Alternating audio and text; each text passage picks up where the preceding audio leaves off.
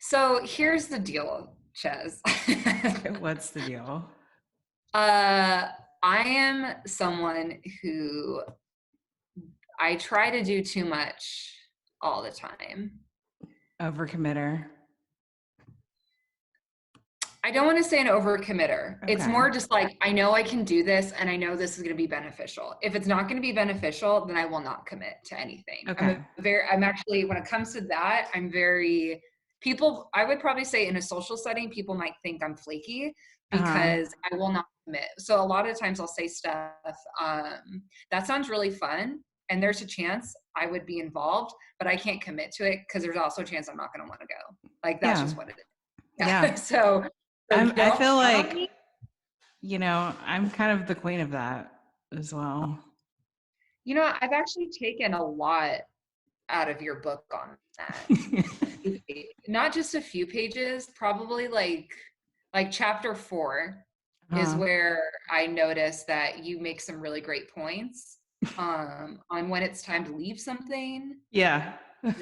when you should say yes, when you shouldn't say yes. Like Mhm. you taught me a lot about that, and I was like, You're yeah, welcome. I took some notes on that.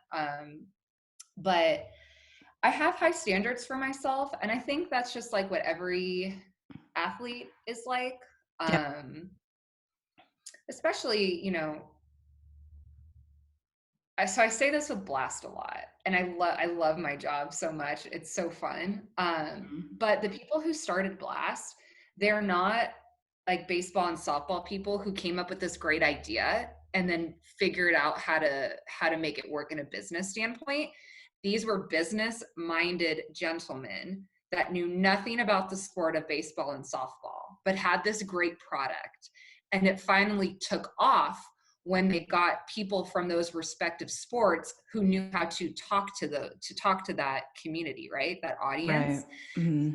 So there's a lot of times when I'm dealing or talking to travel ball coaches and college coaches that sometimes they might think of us as just like some mom and pop shop like down the street. And I'm like, no, my VP and president really don't understand when I tell someone that like our pricing structure doesn't work for this, or when I say this, or like sometimes they just don't like kind of connect the dots that the people behind the scenes is just like this fluid, business.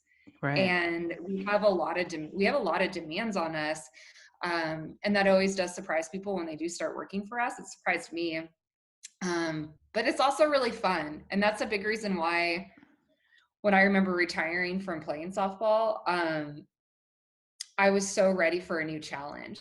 I'm not saying like I felt like I was like the very best and like I accomplished everything I set like my softball goals out to be. But it just like kind of hit me like back then. Um, I was just like, you know what? I'm so tired of stressing out about my hands. I'm so tired of stressing out that I can't feel my swing. I'm basically so just tired of stressing out about the little nuances about softball. I appreciate it and I love it. And that's like one of my favorite things is when you're working on a swing and you're trying to make an adjustment and you're like working through that feel and then you get it and then you just keep taking, and it's just you keep taking those reps and you're getting it and you're feeling it and it's working. That is so fun. Like there's nothing that really tops that feeling for me, but I was just like over it. So I wanted like a new challenge. I wanted something that was like completely different. And I thought to myself, like, ideally I would love to be like this badass businesswoman and still be able to talk about something I love, Hmm. because that's what makes everything work for you in life. You got to do something you love. You have to be authentic with it. So I feel fortunate enough that I found myself in that setting to where I wanted to be, goodness, almost 7 years ago. But it does pull at me in a lot of different directions. I always say being a working mom and having high expectations for yourself and having standards and each level, you like have to be okay getting B minuses or B pluses on each one.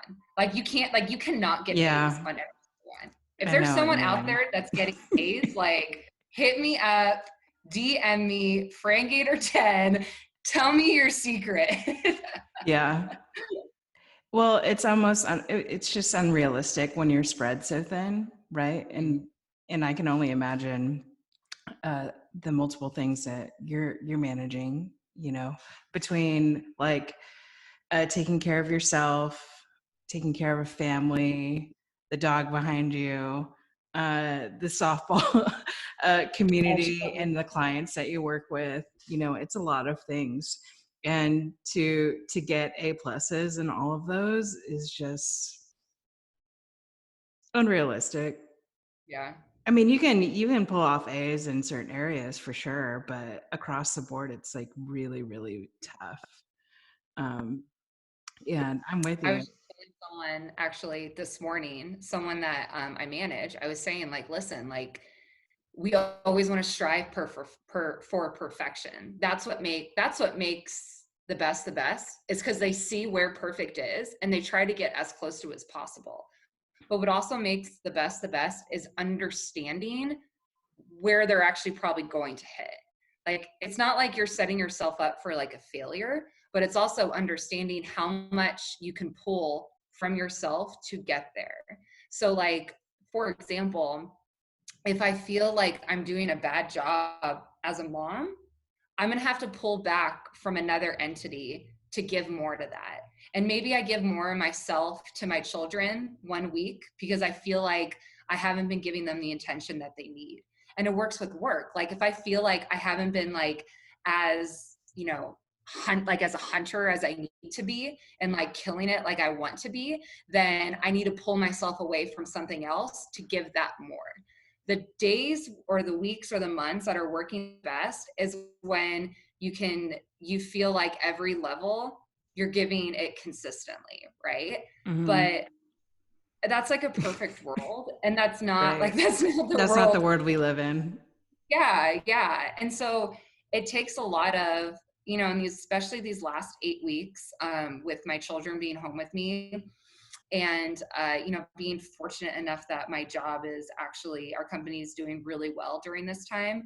um, I've had to be like the ultimate pivoter, like Yeah. in a conversation with you, but knowing that my 3-year-old is outside with my nanny with my son and he needs to go to sleep in like 45 minutes, and if I hear a certain yell then I need to go out there, but I also Mm-hmm. have my emails up right now, and if something like pops up that needs my attention I can quickly go do this. So it's like Yeah. I have to be able to just like move and like be okay with that.